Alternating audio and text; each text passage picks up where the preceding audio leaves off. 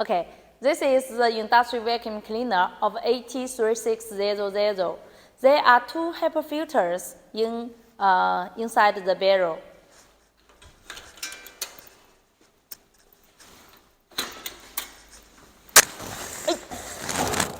One and two, yeah, very dirty.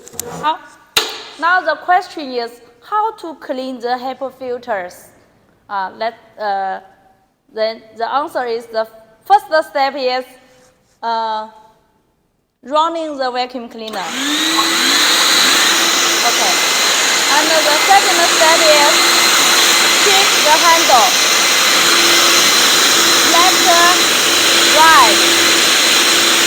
Stay about 5 seconds, and then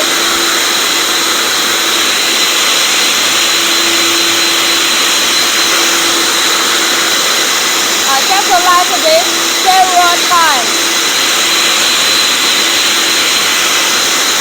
Please make sure the vacuum cleaner is running. Don't stop the power. Okay.